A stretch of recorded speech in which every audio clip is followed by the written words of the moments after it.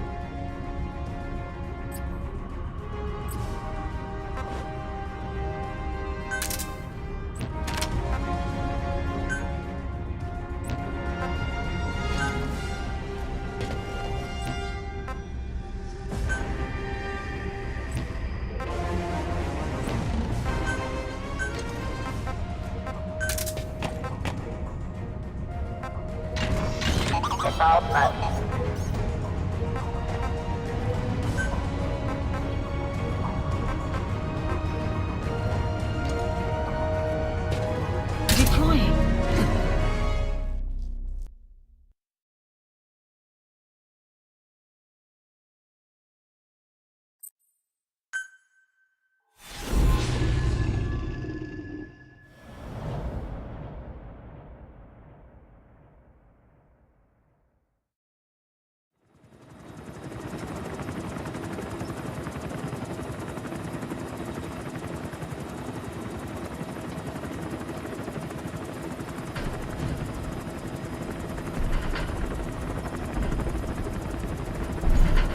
Got a spike on the RWR. Strange PRF. What's wrong? Control lost. Can't maintain RPM. We're settling.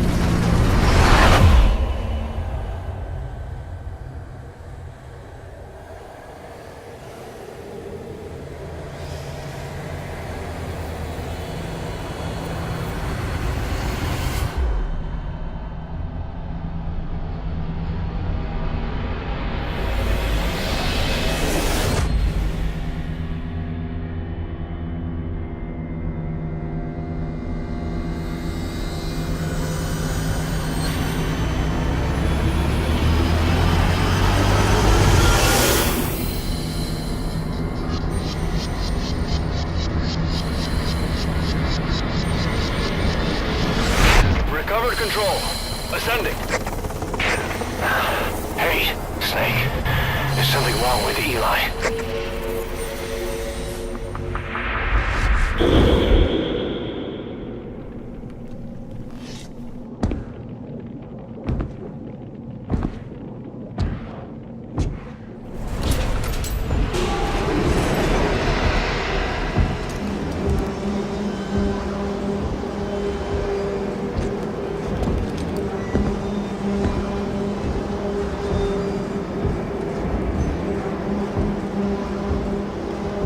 Wait!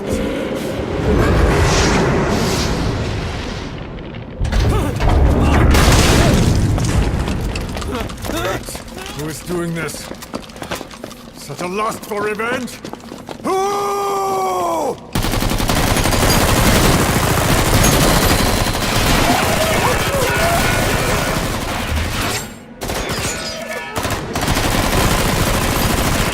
Fall back! Fall back!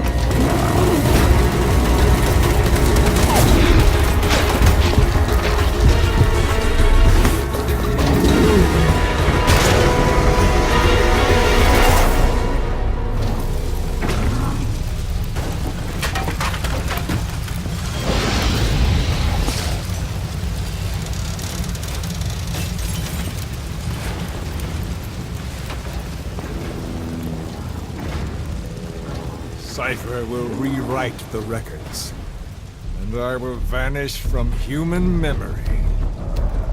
But the thirst for revenge that I have planted will infest the system. No one can stop it now. Sahelanthropus will unleash that thirst unto the future!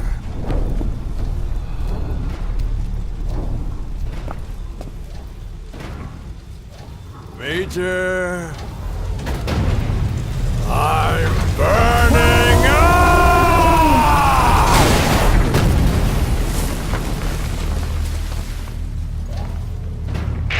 Boss, get out of there!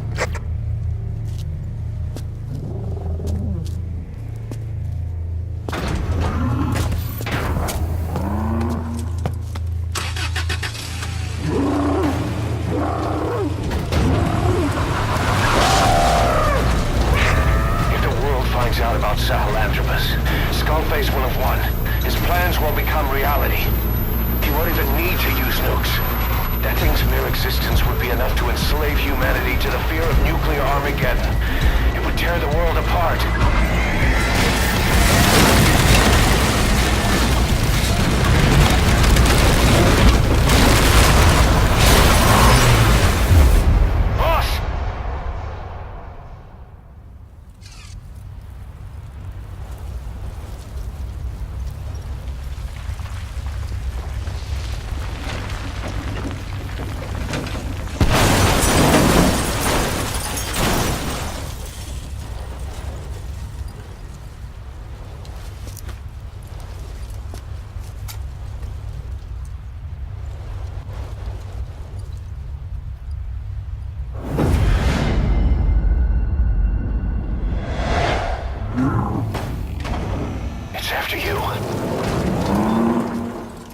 Stop it, boss. Destroy Sahelanthropus.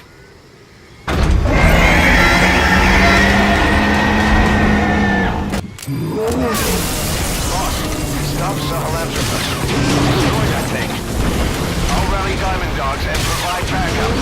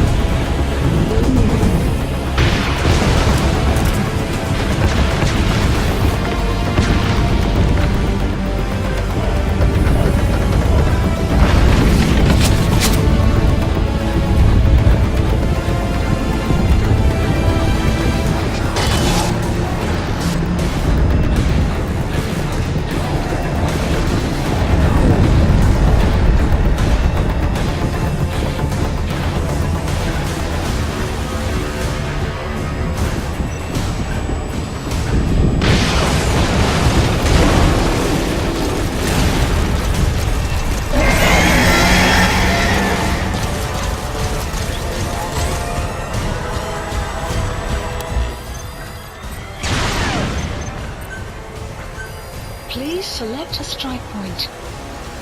Strike requested.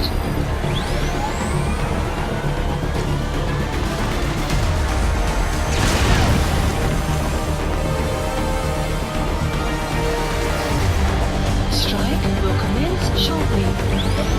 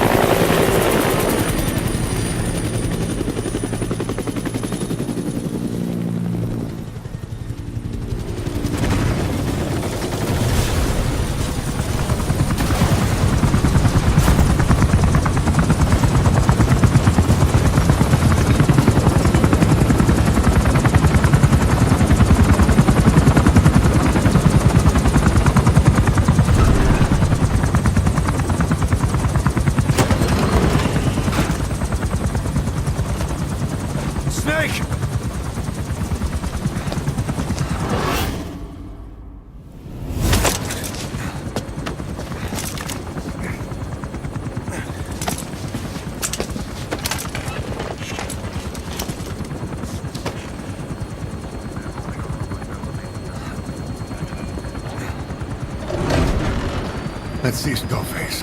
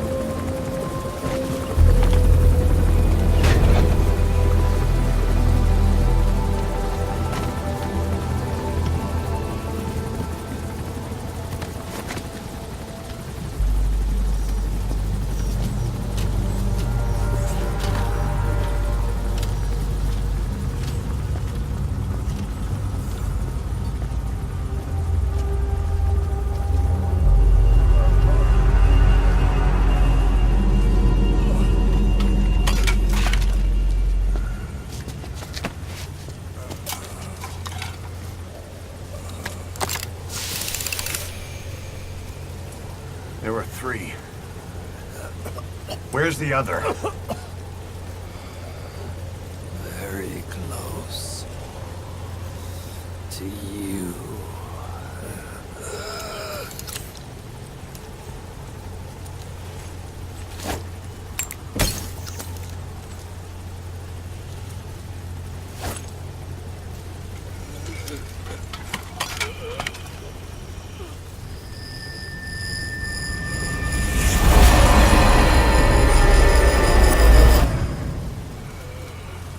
Finish me. Kill me.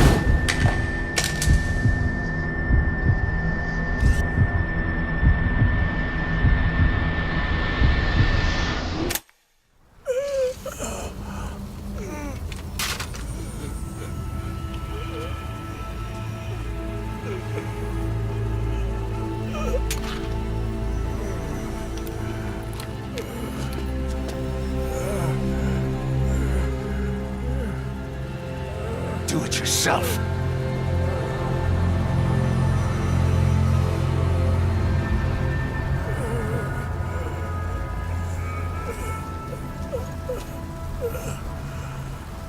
Mission complete, boss.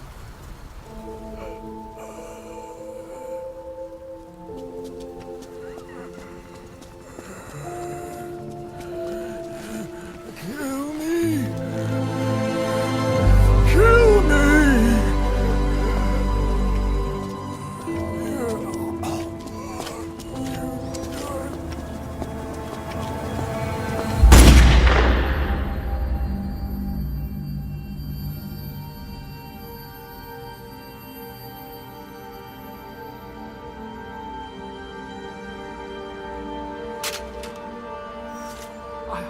I did it!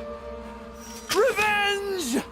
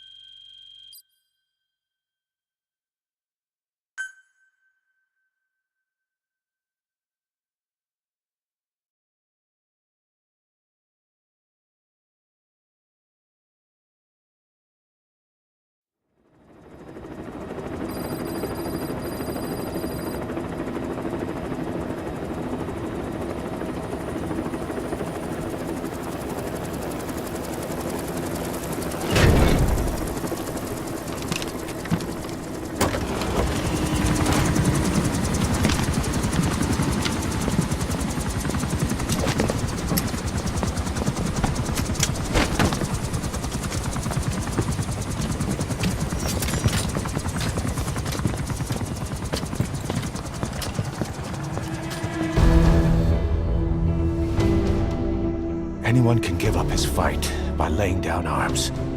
But the feeling of holding a gun, that we'll never forget. Like our lost limbs, the sensation lingers.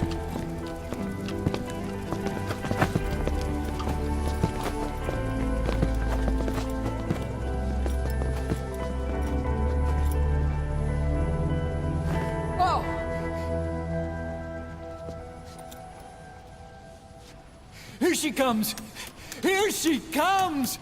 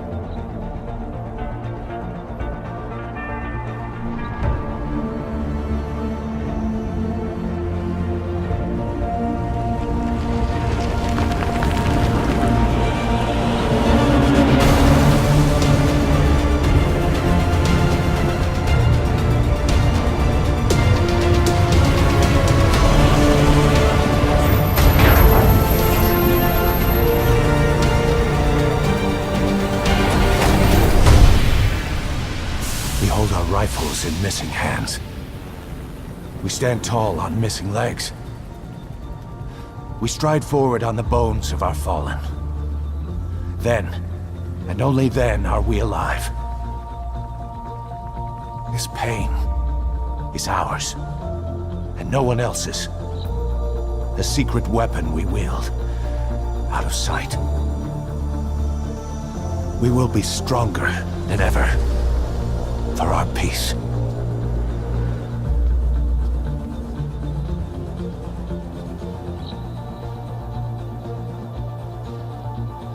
Sahelanthropus will unleash that thirst unto the future.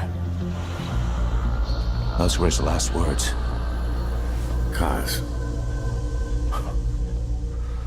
Pretentious to the end. Still. Doesn't feel like this is over. And I'll never be whole again.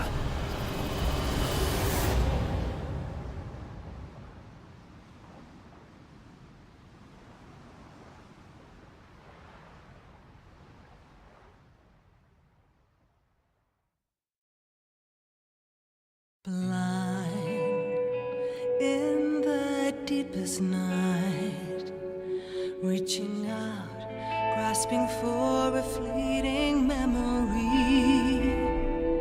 All the thoughts keep piercing this broken mind. I fall, but I'm still standing, motionless.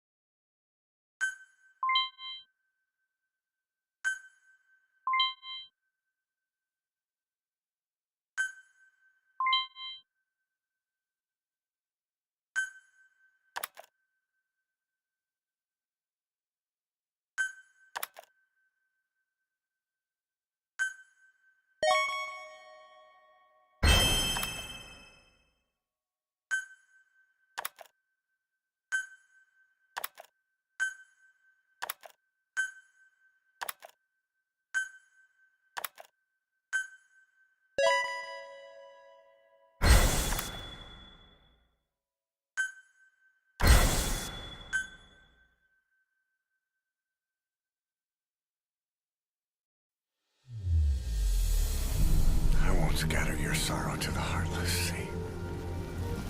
I won't see you end as ashes. You're all diamonds. This man acted as accomplice to the attack on Mother Base. Why are you here? Revenge against the boss? I'm not like you! I think it is time you knew. I'll go alone. Boss, what are you... We can't afford to lose anyone else. What if she's a spy? What if I'm a spy? Or you? Kill him! What should we do, boss? Just give the order. You were right. He is not one of us. Boss. Snake?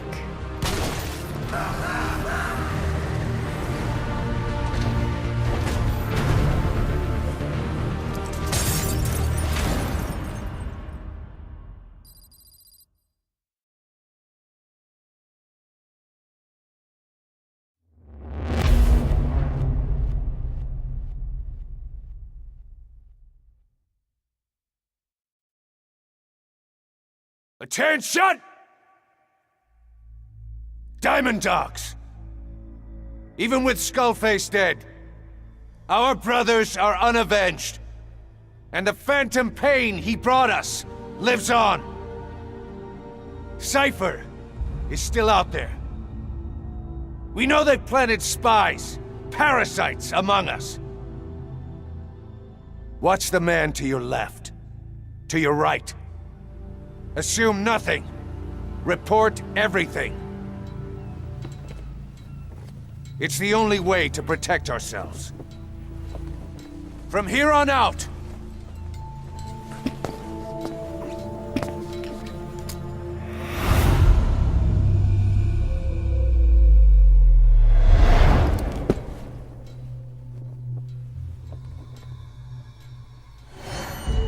you will be my eyes.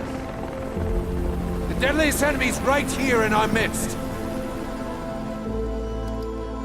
And they will get no mercy.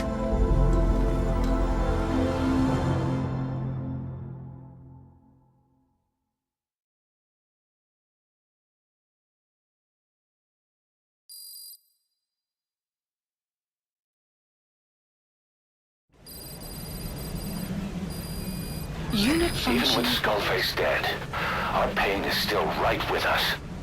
We need more strength. We need more men. Diamond Dogs needs to be bigger. Missions have come in too. We still have a long road ahead of us.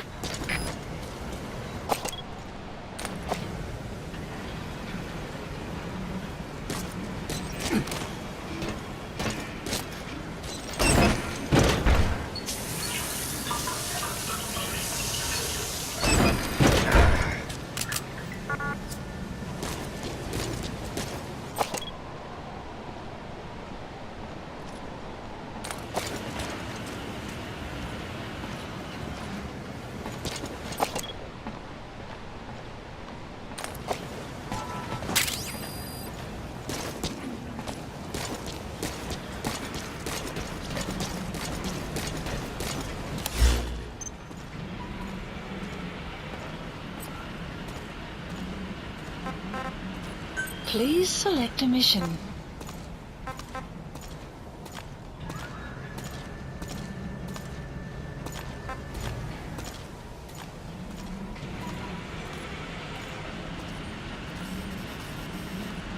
Sun will set shortly.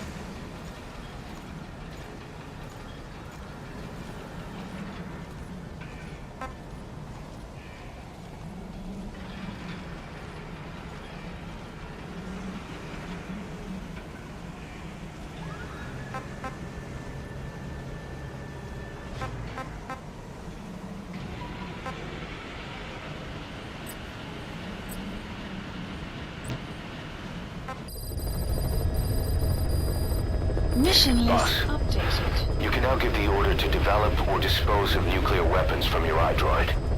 With a nuclear deterrent, even if you're discovered while infiltrating a rival PF's FOB, most PFs won't dare retaliate. But you, of all people, know how dangerous it can be to have nuclear weapons. So will you add nukes to our arsenal as a deterrent? Or will you take them away from other PFs and dispose of them to help build a world that's free of nuclear weapons? I'll leave that decision up to you.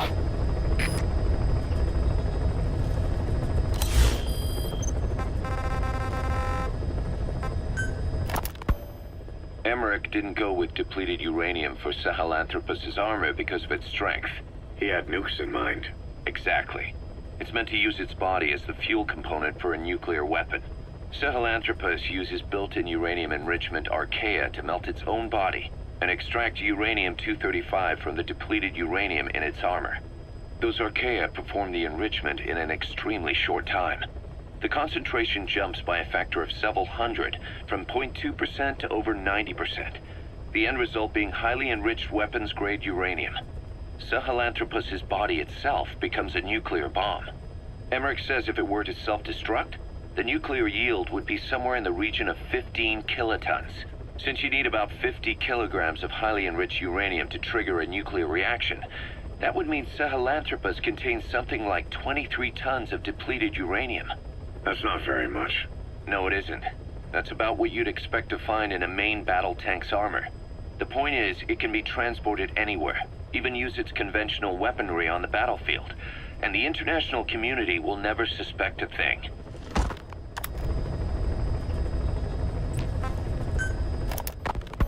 I just received word from the R&D team and the transport team out of Afghanistan. They finished installing Sahelanthropus on the base. It's ours now. All right. Don't let any of the staff touch that thing. Especially Emmerich. Of course. That guy's crush on Sahelanthropus is beyond a joke. Guess he really wants to see his tech stand on its own two legs this time. That's not gonna happen. I know it. So you've got no plans to make it operational again? Damn right. Boss, I want to hear it straight from you. Hear what? What the hell do you want with that thing? The drive is busted. It's not like it has a nuke on board. Even if the metallic archaea could turn it into a nuclear weapon, all it can do is self-destruct. Sahelanthropus just isn't a weapon anymore.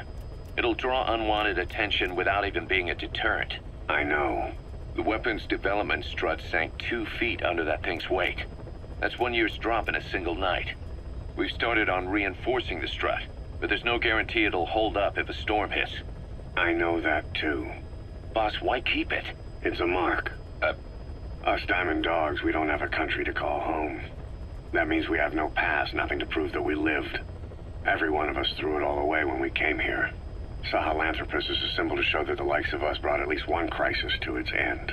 A mark in history. So we can't just fade away. It's of no practical use to us. But we still need it. A symbol of what we've done. I'm glad I sounded you out on this. Snake, on behalf of all of us, I want to thank you. I don't need gratitude. I need security. Keep Emmerich away from that thing. Roger that.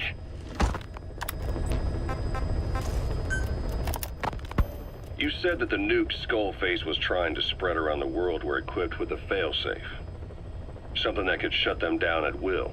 His will. Quite so. After all, he needed a guarantee that a buyer wouldn't simply turn the weapons back on him.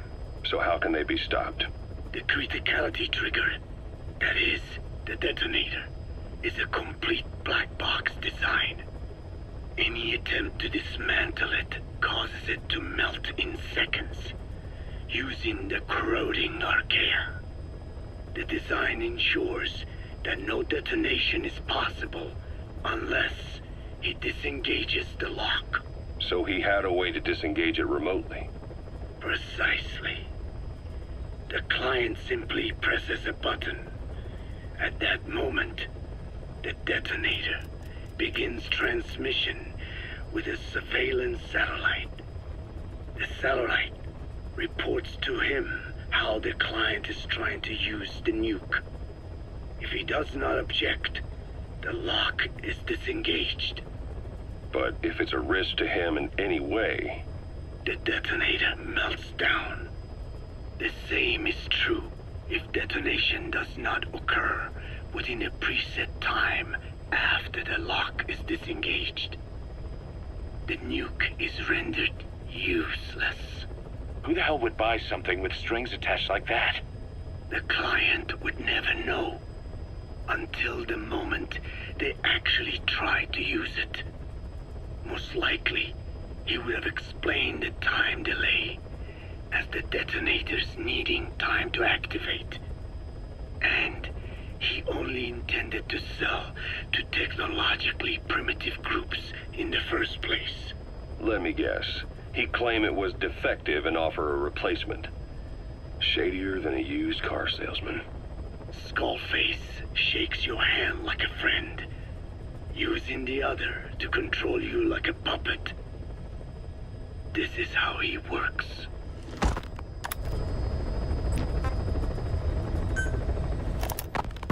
Code Talker. Haven't seen you eat a single thing since you got here. Let me guess. Photosynthesis? Oh? What makes you say that? Well, a long time ago, I knew someone with a similar ability. Well, you are correct. Most of my body is covered with parasites. I supply them with water, and in return, I receive sugars they produce when exposed to light. Mm-hmm. It isn't just my skin either. The parasites also act as my eyes. They have replaced many of my internal organs as well. It is thanks to them that I live on after over a century. How did you obtain them anyway? Through your research? I would like to say as much, but there is more to it than that. Let me take you back 20 years. I had hit a dead end with my parasite research. Then I was approached by a foundation. They said they had a sample of an unusual strain of parasite. Which foundation? Apparently, they had links to ARPA. But that is all I learned. I was somewhat ignorant of the ways of the world. Just being able to study it was enough for me. Yeah, I've heard that before. Go on. Half in doubt, I visited them to discover the body of an old man. Well, to be precise, his partial remains. A collection of parts, you could say. The man had died in an explosion. An old man, you say? His flesh had not decomposed. In fact, the tissue's cells were still metabolizing. The parasite had infected, or should I say assimilated with, the tissues, and was keeping them alive. I became obsessed with studying the body parts, foregoing food and even sleep. Every day was filled with new discoveries. The parasite's biology, internal anatomy, life cycle. But there was only so much I could learn through observation. And so I made a decision. To truly know the parasites, I had to live with them. So, you implanted them inside you from the dead man's flesh? Correct. It was quite a gamble, whether or not they would adapt to me. But fortunately, it appears I was compatible with them. Or perhaps, through my many years of research, my immune system learned to tolerate them. Were they that body's only parasite? Yes. However, there was a separate specimen that supplied its host with adrenaline in response to pain, and yet another that could control insects at will through secreting heterogeneous pheromones. I wanted exposure to them, to take them into me, but my wishes were denied. Their records, though, provided clues that helped advance my research. Would you care to join me? A life spent never worrying about food is a most wonderful one. I think I'll pass. But thanks. This has been helpful.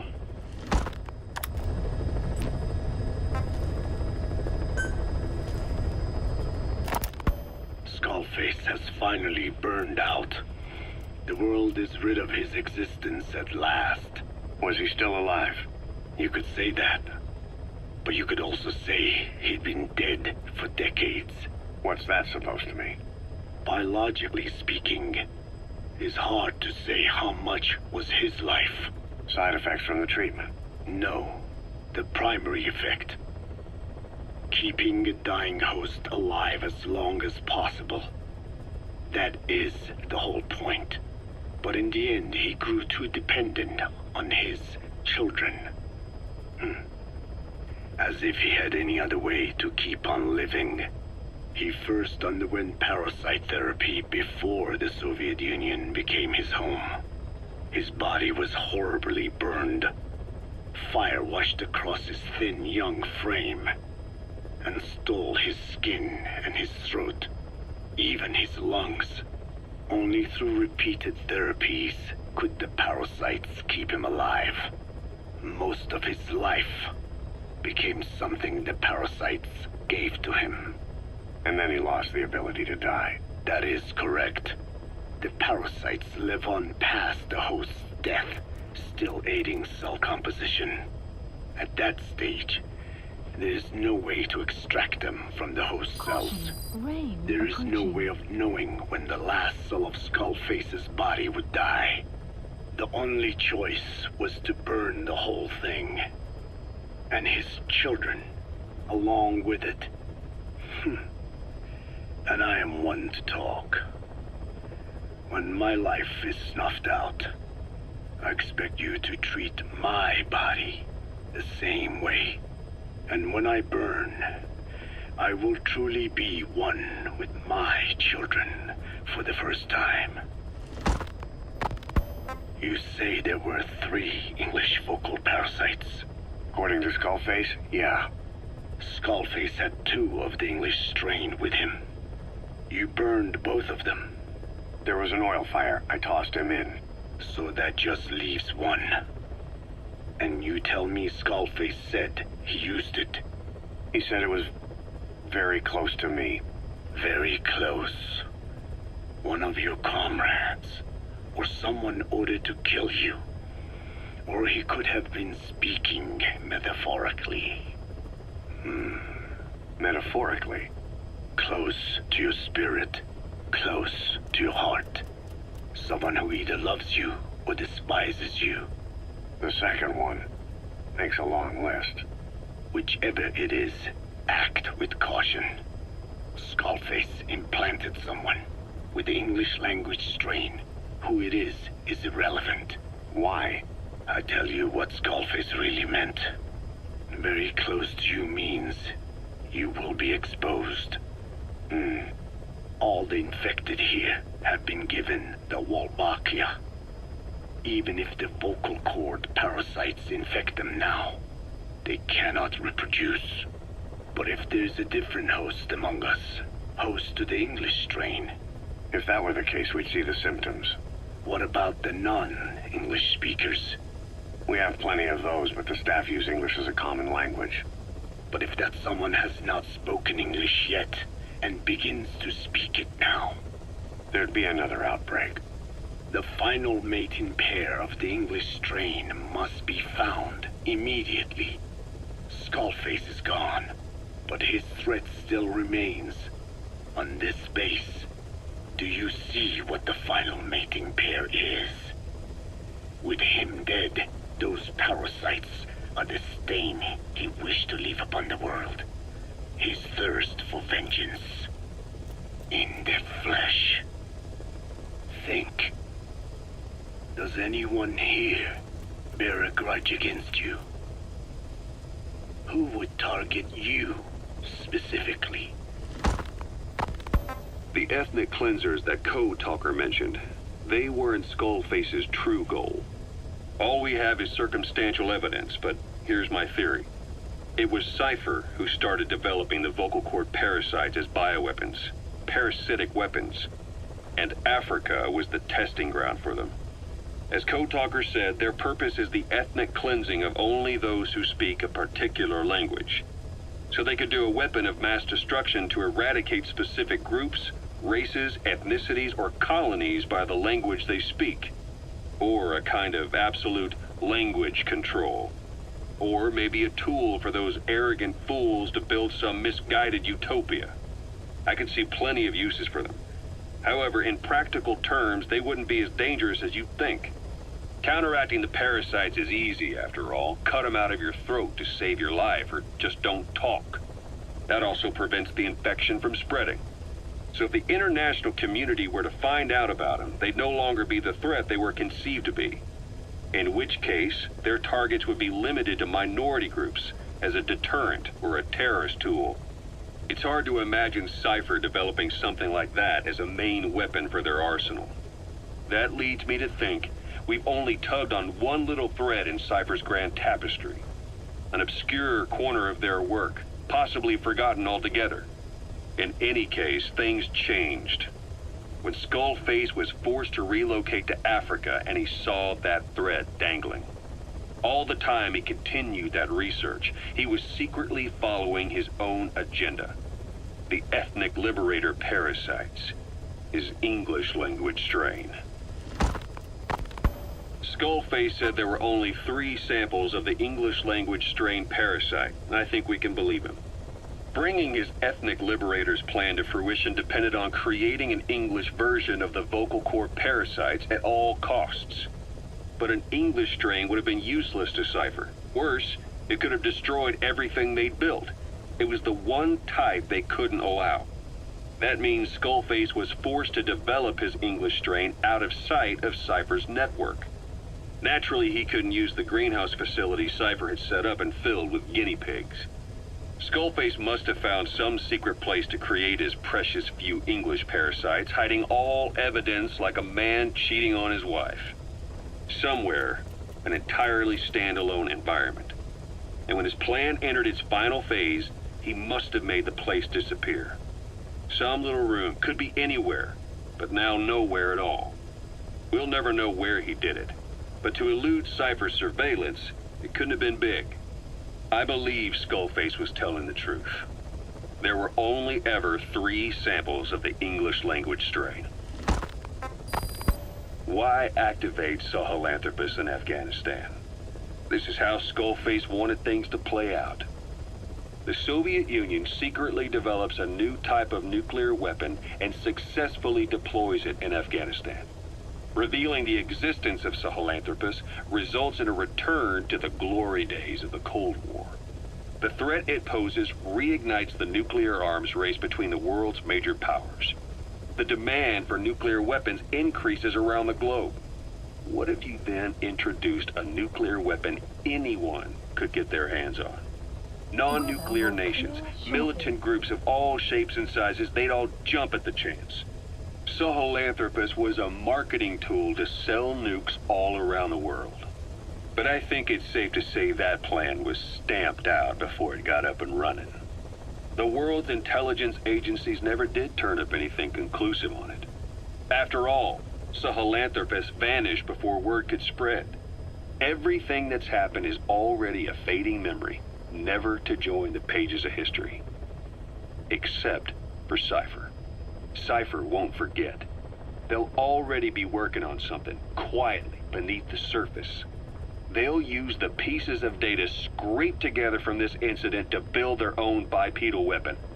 It'll take them a long time to complete it, but for now, the greed sector have found their new life's work. We'll have to be ready too.